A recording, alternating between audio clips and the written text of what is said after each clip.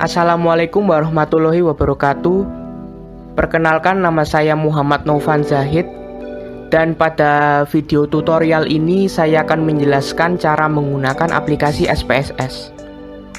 Pada video ini nantinya akan banyak sekali membahas seputar SPSS yang sangat berguna bagi kalangan pelajar mahasiswa dan akademisi. Pengolahan data di SPSS merupakan salah satu bagian penting dalam mendukung mata kuliah statistik.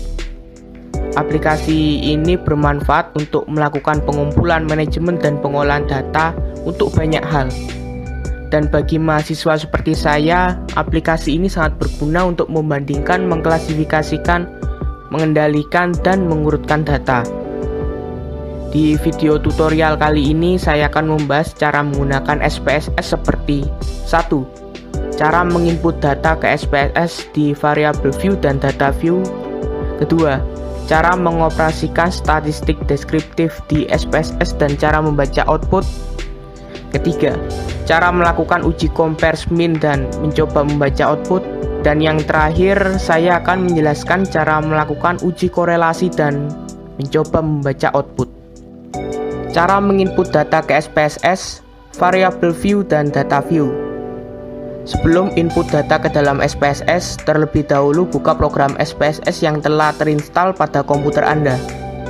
Kali ini saya menggunakan SPSS versi 25. Sebenarnya SPSS versi berapapun, caranya hampir sama, jadi tak perlu khawatir. Yang pertama, silakan Anda membuka aplikasi SPSS-nya. Setelah Anda membuka aplikasi SPSS, akan menemukan dua layer. Layer yang pertama yaitu Untitled, bergaris-garis seperti ini, digunakan untuk menginput data dan mengolah data. Dan untuk hasil olahannya, itu akan keluar di output seperti ini. Nah, ketika kita membuka SPSS, yang menjadi layar utama sebetulnya di bagian ini. Pada bagian Untitled memiliki dua halaman juga. Halaman yang pertama adalah data view, dan yang kedua adalah variable view.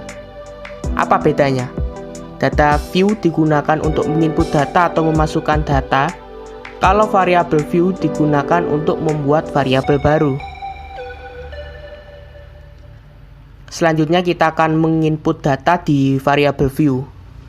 Bagaimana cara membuat variabel atau bagaimana cara menginput data lewat variable view? Anda dapat mengedit variable view untuk mengubah nama variabel, tampilan variabel, dan tipe data. Katakanlah kita memiliki data variabel seorang mahasiswa. Yang pertama harus kita lakukan adalah dengan mengisi kolom-kolom yang kosong. Pada bagian name atau nama bisa diisi dengan nama responden. Name merupakan nama yang akan ditampilkan di baris teratas tampilan data view. Lalu misal kita ingin mengisi umur responden, prodi, golongan darah, dan hobi, bisa diisi di bawah kolom nama responden. Dan jangan lupa untuk mengisi label karena berfungsi untuk memberikan keterangan. Contoh, GD itu apa? Di kolom label Anda dapat mengisi keterangan GD sebagai golongan darah. Data berhasil terinput. Ya, semua data sudah masuk mulai nama sampai hobi yang digemari.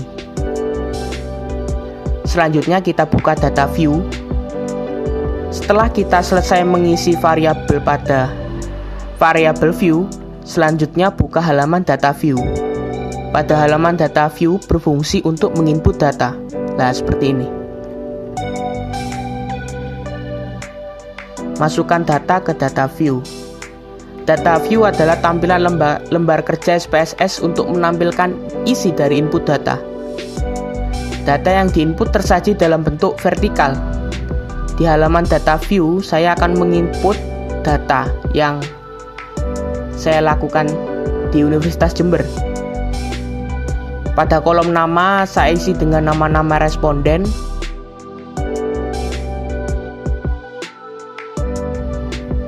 Dan pada kolom umur saya isi dengan umur responden.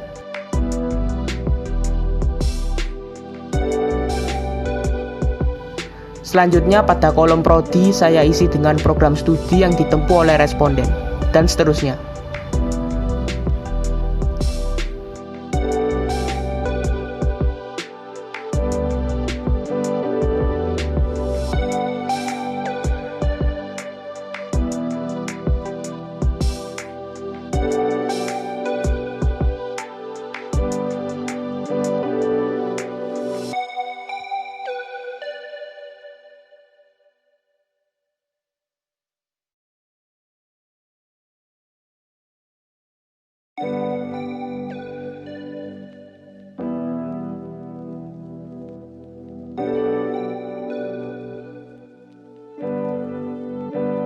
Semua data telah terinput. Langkah selanjutnya kita bisa meng-save lembar kerja SPSS. Caranya dengan mengeklik menu file plus save atau menggunakan shortcut keyboard Ctrl plus S. Pilih kategori penyimpanan dan simpan file data. File tersimpan berhasil disimpan ditandai dengan keluarnya berupa jendela output yang menampilkan lokasi penyimpanan, nama file, dan format file yang digunakan. Oke, baik. Selanjutnya kita akan membahas cara mengoperasikan statistik deskriptif dan cara membaca outputnya. Ngomong-ngomong tentang statistik deskriptif, fungsi statistik deskriptif adalah memberikan gambaran atau deskripsi suatu data dari nilai rata-rata atau mean, standar deviasi, varian maksimum, minimum, sum, dan range. Statistik deskriptif adalah metode yang berhubungan dengan pengumpulan dan penyajian suatu kumpulan data sehingga menampilkan ringkasan statistik, mean, median, standar deviasi, variansi, modus, dan lain-lain, di mana statistik deskriptif bertujuan untuk memberikan gambaran umum dari data yang digunakan dalam studi kasus atau penelitian. Langkah-langkah analisis deskriptif. Pertama, buka aplikasi SPSS. Setelah lembar kerja SPSS terbuka, buatlah nama variabel serta tipe data dari data yang akan digunakan dengan cara klik pada variabel view. Entry data dapat dilakukan pada sheet data view. Setiap baris mewakili satu responden, sedangkan setiap kolom mewakili satu variabel. Dalam video tutorial ini, variabelnya adalah nama murid dan kebiasaan membaca. Pada variabel view, saya akan mengisi kolom name dengan variabel nama untuk nama, nilai mahasiswa, dan kebiasaan membaca. Jangan lupa untuk mengisi kolom label karena berfungsi untuk memberikan keterangan. Nah, seperti ini saya tuliskan nama mahasiswa, nilai mahasiswa, dan kebiasaan membaca. Selanjutnya, ubah kolom tipe untuk variabel nama menjadi string. Isi kolom desimal dengan 0 untuk semua variabel. Biarkan default SPSS untuk kolom width, missing, dan columns. Selanjutnya, kita dapat menginput data pada data view. Buka layer data view. Setelah kita selesai mengisi variabel pada variabel view, selanjutnya buka halaman data view. Pada halaman data view berfungsi untuk menginput data. Di halaman data view saya akan menginput data. Pada kolom nama saya isi dengan nama-nama responden. Pada kolom nilai saya isi dengan nilai-nilai mahasiswa. Selanjutnya pada kolom KM, kebiasaan membaca, saya isi dengan kebiasaan membaca pada mahasiswa. Dapat kita lihat semua data telah terinput, mulai nama sampai kebiasaan membaca. Setelah data terinput semua pada data view, kita dapat melakukan analisis. Caranya dengan mengeklik menu analyze, descriptive statistic, frekuensi, sehingga akan muncul tampilan kotak dialog seperti ini. Pindahkan kedua variabel nilai mahasiswa dan kebiasaan membaca ke dalam kolom variabel. Pada kotak frekuensi, Anda dapat mengeklik statistik, lalu beri tanda centang mean, median, mode, sum pada sentral tendensi, lalu klik continue. Setelah itu muncul tulisan OK, lalu klik. Di fitur frekuensi, kita dapat melihat sebaran data pada nilai mahasiswa dan kebiasaan membaca. Data deskriptif frekuensi dapat Anda baca pada layar output. Selain frekuensi, Anda juga bisa memakai fitur deskriptif. Caranya dengan mengeklik Analyze Descriptive Statistik, kemudian muncul dialog kotak deskriptif, seperti langkah-langkah yang telah dijelaskan di frekuensi. Nah, ini merupakan output dari analisis. Cara membaca output berikut ini adalah penjelasan output perhitungan statistik nilai mahasiswa dan kebiasaan membaca. Ini N menyatakan jumlah data atau jumlah sampel. Selanjutnya ada valid, artinya data yang ada atau terisi. Dalam kasus ini jumlah data valid pada nilai sebanyak 10. Demikian juga pada data kebiasaan sebanyak 10. Missing adalah data yang hilang. Dalam kasus ini tidak ditemukan jumlah data yang hilang atau data bernilai 0. Selanjutnya ada mean, menyatakan nilai rata-rata. Nilai rata-rata mahasiswa adalah sebesar 81,00, sedangkan rata-rata kebiasaan membaca dalam sehari adalah sebesar 2. Maksudnya 2 adalah sehari membaca 2 kali. Selanjutnya ada minimum. Minimum adalah skor terendah atau terkecil di dalam variabel. Dalam hal ini, nilai terkecil pada nilai mahasiswa adalah 70. Sedangkan nilai terkecil pada kebiasaan membaca mahasiswa dalam sehari adalah 1. Selanjutnya ada maksimum, adalah skor tertinggi atau terbesar dalam variabel. Dalam hal ini nilai terbesar pada nilai mahasiswa adalah 90. Sedangkan nilai terbesar pada kebiasaan membaca mahasiswa adalah 3. Dan yang terakhir ada sum. Sum artinya penjumlahan semua skor dari atas sampai bawah. Nilai sum dari data nilai mahasiswa adalah 810. Sedangkan nilai sum dari data kebiasaan membaca adalah sebesar 2,10. Compare means. Pada compare means, di sini kita akan menguji uji pair sample t-test dan independent sample t-test. Pertama yang akan kita bahas yaitu uji pair sample t-test. Pada video tutorial ini saya memiliki data. Anda bisa lihat. Oke, langsung saja kita menguji pair sample t-test. Pertama kita klik menu Analyze, Compare Means, Pair Sample t-test.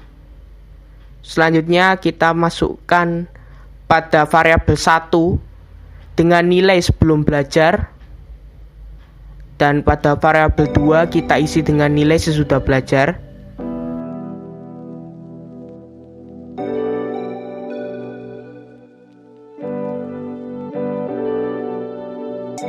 Lalu kita klik OK.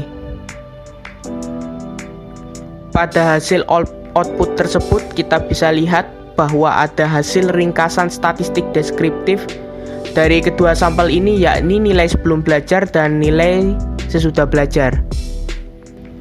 Dapat kita lihat untuk nilai sebelum belajar diperoleh hasil yakni 70,7857, sedangkan untuk nilai sesudah belajar yakni ada 82,0174. Oh iya, jumlah responden yang kita teliti ini sebanyak 14 orang.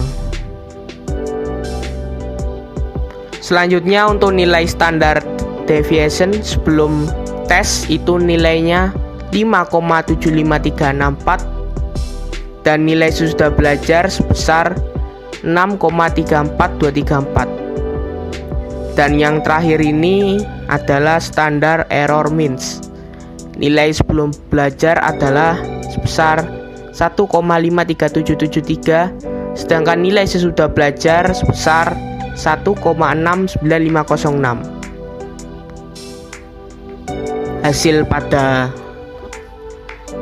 tabel ini dapat diberikan kesimpulan, yakni nilai sebelum belajar yang besarnya 70,7857 lebih kecil dari belajar, yaitu 82,0174. Hal ini berarti secara deskriptif ada perbedaan nilai dalam pelajaran yang dihasilkan dari sebelum belajar dan sesudah belajar. Selanjutnya kita menggunakan nilai seek-to-tail. Nilai seek-to-tail di sini adalah 0,00, berarti lebih kecil daripada 0,05. Jika nilai SIG to tail lebih kecil dari 0,05, maka HO ditolak dan HA diterima. Dan jika nilai SIG to tail lebih besar dari 0,05, maka HO diterima dan HA ditolak. Maka dapat kita simpulkan hipotesis 0 ditolak dan hipotesis alternatif diterima. Dapat disimpulkan terdapat perbedaan signifikan nilai mahasiswa antara sebelum belajar dengan sesudah belajar.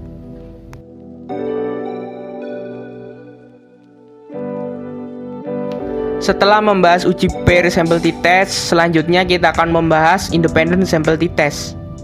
Dari pair sample t-test tadi digunakan untuk membandingkan dua nilai yang berpasangan. Sedangkan untuk independent sample t-test ini tidak memperhatikan dua nilai yang berpasangan. Pada tutorial ini saya sudah memiliki data. Datanya sama seperti tadi di uji pair sample t-test. Langsung saja kita akan membahas independent sample t-test. Pertama kita klik menu Analyze, Compare Means, Independent Sample t-test. Pada kolom tes variabel kita isi nilai statistik, dan pada grouping variabel kita isi dengan jenis kelamin. Selanjutnya kita define. Grup 1 kita isi 1 dan grup 2 kita isi 2. Lalu kita klik OK.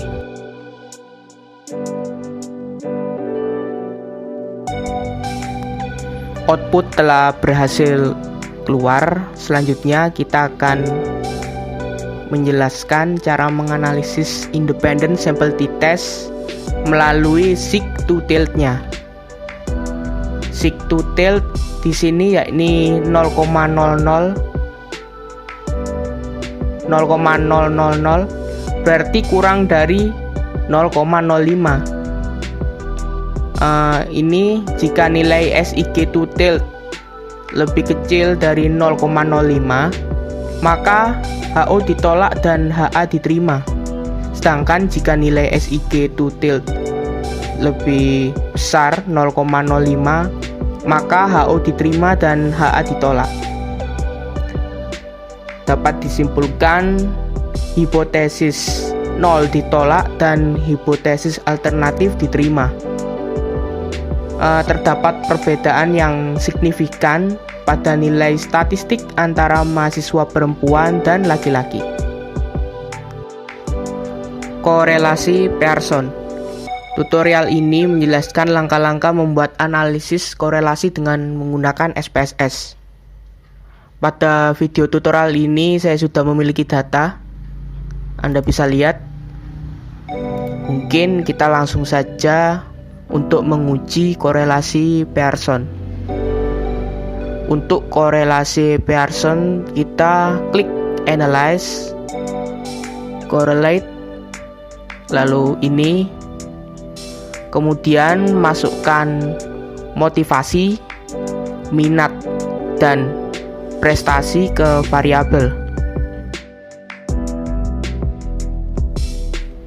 Selanjutnya kita centang person, lalu klik OK.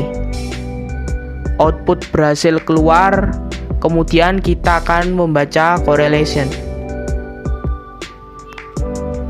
Berdasarkan nilai signifikan SIG2TILT dari tabel di atas, maka dapat ditarik kesimpulan bahwa nilai SIG2TILT antara motivasi belajar dengan prestasi adalah sebesar 0,000, yakni lebih kecil dari 0,05. Artinya bahwa terdapat suatu korelasi yang signifikan. Mungkin ada hubungan antara motivasi belajar dengan prestasi yang diraih. Selanjutnya, hubungan antara minat dengan prestasi memiliki nilai SIG2TILT sebesar 0,000, yakni lebih kecil dari 0,05. Artinya, yakni terdapat korelasi yang signifikan antara minat sebuah prestasi yang diraih. Antara minat dengan sebuah prestasi yang diraih. Selanjutnya, berdasarkan nilai R hitung, person correlation, diketahui bahwa R hitung untuk hubungan motivasi dengan prestasi sebesar 0,843, yaitu lebih besar dari R tabel 0,514. Maka dapat ditarik kesimpulan bahwa terdapat suatu hubungan atau korelasi antara variabel motivasi dan variabel prestasi. Selanjutnya, nilai R hitung untuk hubungan minat dengan prestasi adalah sebesar 0,843, yaitu lebih besar dari R tabel 0,514. Maka dapat tarik kesimpulan bahwa minat juga memberikan hubungan atau korelasi terhadap suatu prestasi yang diraih. Karena R hitung atau person correlation dalam tabel ini bernilai positif. Jadi terdapat hubungan kedua variabel ini bersifat positif. Atau semakin meningkatnya motivasi dan minat, maka akan semakin meningkat prestasi siswa dalam belajar. Oh ya, terdapat tanda bintang dari input pada tabel ini, dan diketahui bahwa nilai person correlation dari masing-masing variabel yang dihubungkan mempunyai dua tanda bintang, seperti ini. Artinya terdapat korelasi antara variabel yang dihubungkan dengan taraf signifikansi 1%.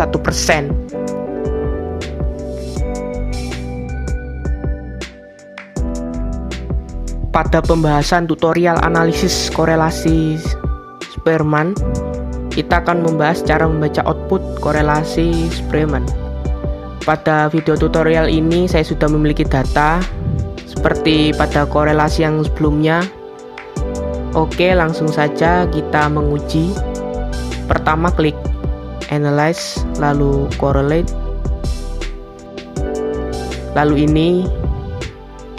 Selanjutnya masukkan motivasi dan prestasi pada variabel. Lalu kita ganti ke Spearman. Selanjutnya klik OK. Nah, output berhasil keluar. Dan yang akan kita baca yaitu SIG2TILT prestasi dan correlation koefisien prestasi. Dari output ini pada correlation koefisien sebesar 0,742 terdapat tanda bintang 2. Tanda bintang 2 ini maksudnya yaitu korelasi bernilai signifikan pada angka signifikansi sebesar 1% atau 0,01. Artinya tingkat kekuatan hubungan korelasi antara variabel motivasi dan prestasi sebesar 0,742 itu memiliki hubungan yang kuat. Angka koefisiensi pada korelasi di atas bersifat positif, yaitu 0,742, sehingga hubungan kedua variabel tersebut searah, dan dengan demikian dapat disimpulkan bahwa semakin ditingkatkan motivasi dalam belajar, maka akan membuahkan prestasi yang meningkat pula. Selanjutnya, berdasarkan output di atas, diketahui nilai signifikansi atau sig2tilt sebesar 0,002 karena nilai signifikansi SIG2tilt 0,02 lebih kecil daripada 0,5 atau 0,01, maka artinya terdapat hubungan yang signifikan antara variabel motivasi dengan variabel prestasi.